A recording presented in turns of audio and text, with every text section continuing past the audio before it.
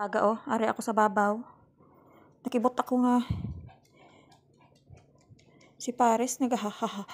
Gamamo na, pasaka di sa babaw. Gulat ako, umakyat sila dito.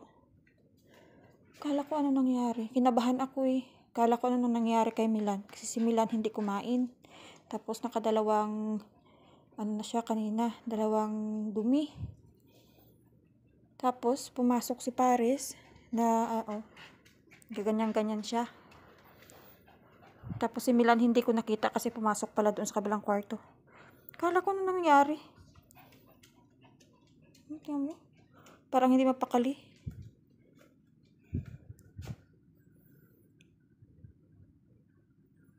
Wala talaga tigil yung kakalakad yan. Oh. Come here.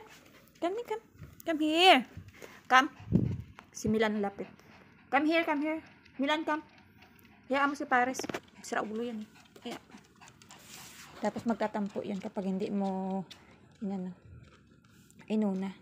Masama ang pakiramdam ng baby Milan. Come here. Ano ginahahaha mo? Mainit?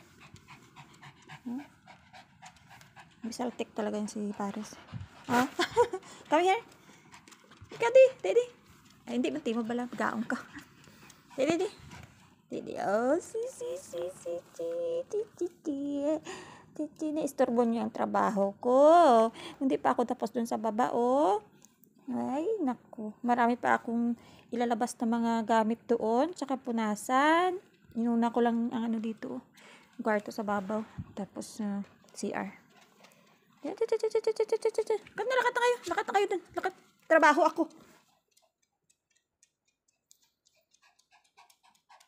Ano? Kat na doon.